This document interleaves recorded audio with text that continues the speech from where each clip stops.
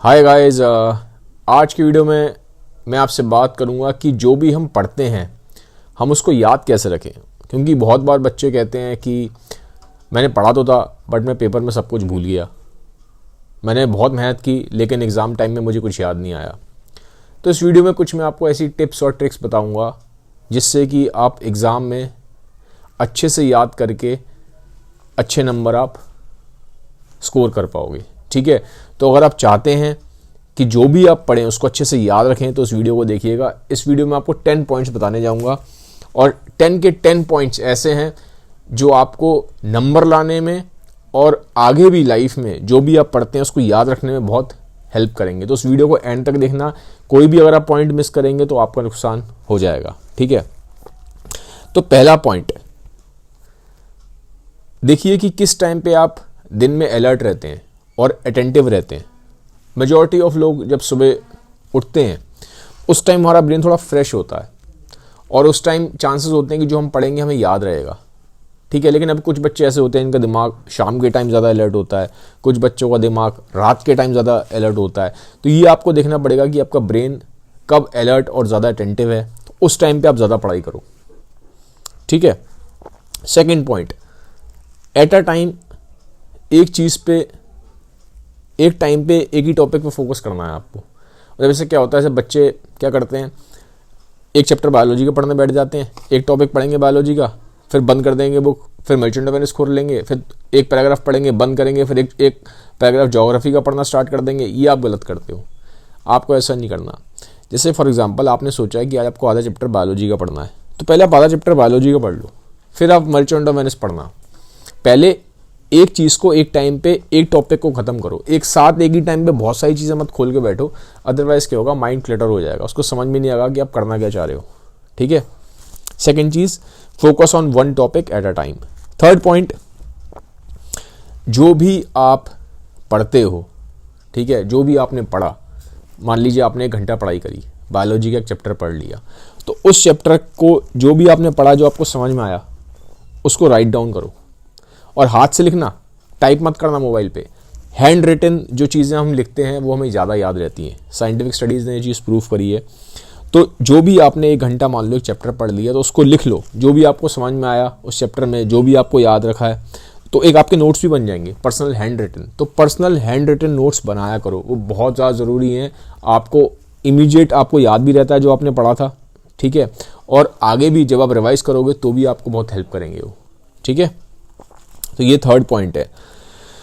और जब आप नोट्स लिखते हो ना तो उसमें कुछ कीवर्ड्स होते हैं, उन कीवर्ड्स को हाईलाइट कर लिया करो। जैसे कि मान लीजिए आपने पढ़ा बायोलॉजी में हार्ट, अब हार्ट में कुछ कीवर्ड्स हैं जैसे atrium, ventricles, aorta, pulmonary vein, pulmonary artery, तो ये सब क्या है, मिट्रल वॉल्व। ठीक है, तो ये सब क्या है, कीवर्ड्स हैं। तो जब आप हार्ट को पढ़ने के बाद उसके नोट्स लिखेंगे तो कीवर्ड्स को थोड़ा सा आप हाईलाइट कर लेना, तो ये आपको बहुत हेल्प करेगा याद रखने में भी, उस टाइम पे भी याद रहेगा आपको और आगे भी आपको एग्जाम में भी बहुत हेल्प मिलेगी नोट्स का जब आप रिवाइज करेंगे। तो हैंड रिटन नोट्स बहुत ज़रूरी हैं।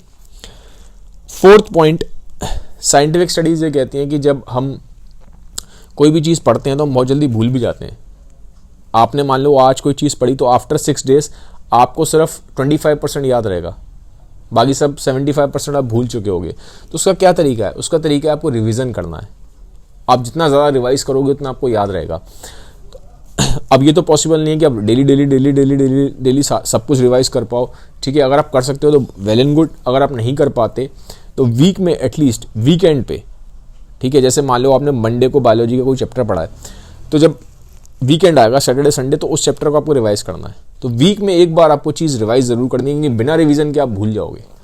ठीक है, तो स्टार्टिंग में हफ्ते में एक बार रिवाइज करना, फिर 15 दिन में एक बार रिवाइज करना, फिर महीने में एक बार रिवाइज करना, फिर जब आपका एग्जाम आएगा तो आपको कई बार रिवीजन हो जाएगा, तो आपको रिटेंशन में आसानी होगी। तो revision is the key, you have to revise again and again.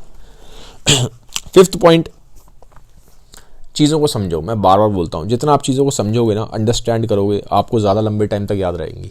और चीज़ों को ना विजुअलाइज करा करो। विजुअलाइज मतलब जैसे कि देखो कि क्योंकि हमें सिंपल टेक्स्ट हमें इतना ज़्यादा याद नहीं रहता। हम जो चीज़ें देखते हैं ना, हमारा ब्रेन क्या है, हमारा ब्रेन ना एक हम कहानियों को याद रखते हैं। आपने देखा मूवीज़ आपको याद रहती हैं, आप कोई कॉमिक्स पढ़ते हो, कॉमिक्स आपको याद रहती हैं। क्यों आपको मूवीज़ याद रहती हैं?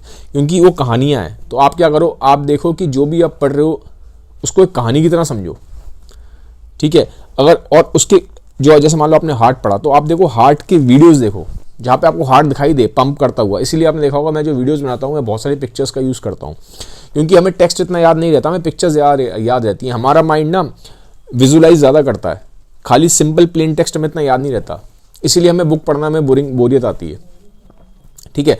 तो जो भी टॉपिक पढ़ते हो उसकी पिक्चर्स देखो कहीं इमेजेस मिल रही हैं उसकी, जो भी टॉपिक पढ़ रहे हो उसको विजुलाइज करो, उसके वीडियोस देख सकते हो आप। या जैसे फॉर एग्जांपल आप मर्चेंट ऑफ वेनिस है, तो मर्चेंट ऑफ वेनिस का आप देखो, कुछ आपको मैंने तो बना रखा है ऑलरेडी, कंप्लीट करा है, लेकिन आप देखो कहीं आपको यूट्यूब पे उसका प्ले मिल जाए।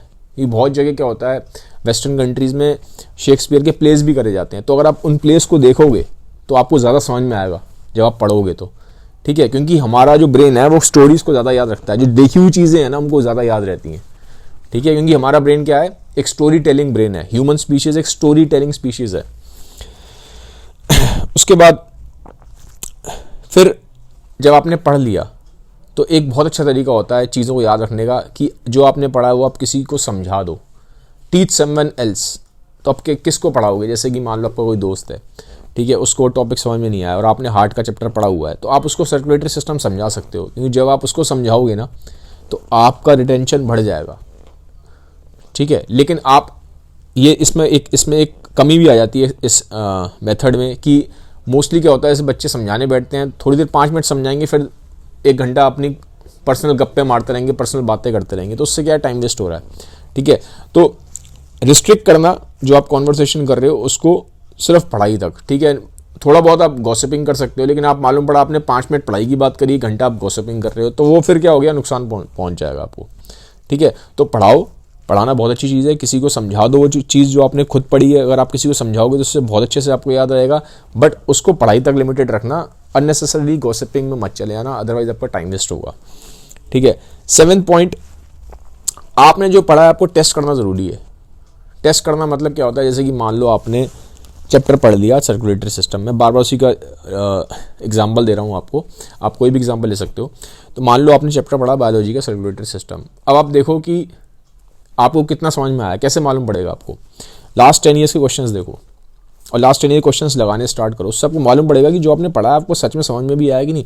तो यू हैव टू टेस्ट। आपको सिर्फ पढ़ते रहने से कुछ नहीं होगा, माइंडलेसली आप रीडिंग करे जा रहे हो, इट डजंट मेक सेंस। आपको पढ़ना है, फिर आपको टेस्ट करना है कि आपको सच में कितना समझ में आया। तो उसके लिए बेस्ट तरीका है लास्ट 10 ईयर्स के क्वेश्चंस लगाओ, तो मालूम पड़ेगा कि आपको सच में समझ में भी आया कि नहीं आया, आप कितने पानी में हो, इससे आपको मालूम पड़ता है। या फिर आप कोई टेस्ट सीरीज़ भी ज्वाइन कर सकते हो। आप टेस्ट सीरीज़ किसी की ज्वाइन करोगे, एक अच्छे इंस्टीट्यूशन की, एक अच्छी कोचिंग की, तो उससे आपको ये भी मालूम भी पड़ेगा कि आप कहाँ स्टैंड कर रहे हो इन कंपैरिजन टू अदर्स, और स्पेशली आपको ये भी मालूम पड़ेगा कि आपको खुद को कितना समझ में आया, ठीक है। तो अपने आप को टेस्ट करना बहुत ज़रूरी है, जो भी पढ़ा है उसको टेस्ट करके देखो। लास्ट 10 ईयर्स के क्वेश्चन लगा सकते हो, वो सबसे ईजी मेथड है, ठीक है, वो करा करो, वो ज़रूरी है, आपको बहुत हाईली इफेक्टिव मेथड है। फिर 8th पॉइंट, ब्रेक लेना ज़रूरी है। 50 मिनट पढ़ा, 10 मिनट ब्रेक लेना ज़रूरी है। क्यों मैं कह रहा हूँ कि देखो आपके ब्रेन की एक कैपेसिटी है, एंडलेसली ब्रेन में इन्फॉर्मेशन डालते जाओगे और उसको प्रोसेस नहीं कर पाओगे तो इन्फॉर्मेशन ओवरलोड हो जाएगा, ठीक है।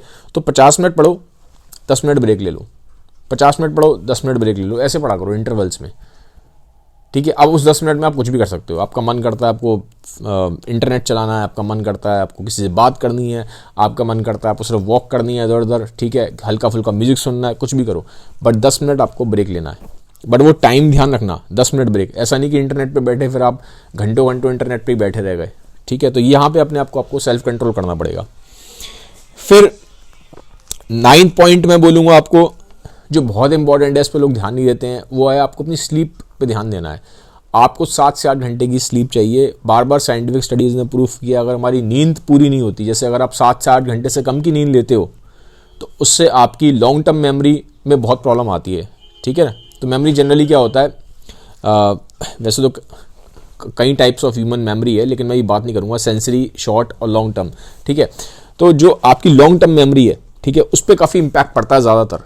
तो मेमोरी पे तो अगर आपकी नींद ठीक नहीं है तो आपकी मेमोरी क्या हो जाएगी, धीमे धीमे डाउन होना स्टार्ट हो जाएगी, आपको याद नहीं रहेगा। आप फिर कहोगे मैं तो पूरी रात पढ़ा था और मुझे याद ही नहीं रहा। तो एक तो ये आप ध्यान रखो कि आपको पूरी रात नहीं पढ़ना, आपको नींद पूरी लेनी है। अपनी नींद बर्बाद करके पढ़ाई मत करिए, वो ठीक नहीं है, क्योंकि अगर आपने नींद खराब कर दी तो जो भी आप पढ़ रहे हैं आपको याद नहीं रहेगा। और साइंटिफिक स्टडीज़ ये भी कहती हैं कि अगर आप रात भर जागते हो तो बॉडी को 2 से 3 दिन लगते हैं नॉर्मल होने में, ठीक है। तो sleep is very important, 7 to 8 hours आपको स्लीप चाहिए, ठीक है। आप स्लीप का इंपॉर्टेंट का मतलब ये नहीं मैं आपसे कह रहा हूँ कि आप 12 घंटे 15-15 घंटे सोते रहो, नहीं, वो नहीं करना। 7 से 8 घंटे की नींद आपकी अच्छी नींद है, ठीक है।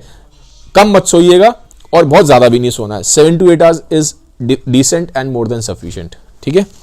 रात भर जाग के नहीं पढ़ना, वो आप गलती करोगे, आपको कुछ याद नहीं रहेगा, सिर्फ इन्फॉर्मेशन ओवरलोड कर लोगे, याद कुछ नहीं रहेगा, एग्जाम में कुछ नहीं कर पाओगे। फाइनल पॉइंट, एक्सरसाइज करना ज़रूरी है। एक्सरसाइज करने से क्या होता है, ब्लड फ्लो बढ़ता है। ब्लड फ्लो बढ़ेगा तो आपकी पूरी बॉडी में ब्लड के थ्रू ही न्यूट्रिएंट्स पहुंचते हैं। तो एक्सरसाइज करा करो, मैंने ये चीज़ पहले भी आपको बार बार बोली है, मैं फिर रिपीट करता हूँ।